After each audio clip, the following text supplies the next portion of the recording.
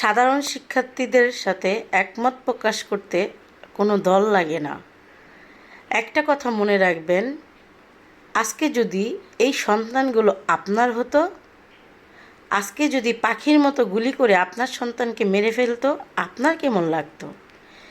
ছোট থেকে একটা সন্তানকে কোলে পিঠে করে মানুষ করে সেই সন্তানের পিছনে লক্ষ লক্ষ টাকা ইনভেস্ট করে সেই সন্তানকে কেউ পাখির মতো গুলি করে মারবে, এটা কোন মা বাবা মানতে পারবে? একবার বলেন তো আপনার বিবেকের কাছে। আপনি রাজনীতি করেন, সেটা ভালো কথা, কিন্তু আপনার বিবেক এবং মনুষ্যত্ব বোধকে আপনি বিসর্জন দিবেন, এটা হতেই পারে না। কারণ আপনি যখন মরে যাবেন তখন কিন্তু আপনার রাজনীতির লোকরা যাইয়া আপনাকে কিন্তু সওয়াল জবাব দিবে না। আপনি যে কর্ম এই দুনিয়ার বুকে করে যাবেন সেটাই আপনি আখেরাতে পাবেন। এই কথাটা সব সময় মনে রাখবেন। রাজনীতি হয়তো বা সাময়িক ক্ষমতার জন্য আপনাকে মানুষ হুজুর হুজুর করবে বা নম করবে।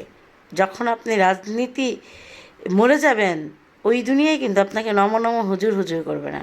তাই পৃথিবীতে আর কিছু করেন বা নাই করেন, কখনো মনুষ্যত্ব আর বিবেককে বিসর্জন দিবেন না।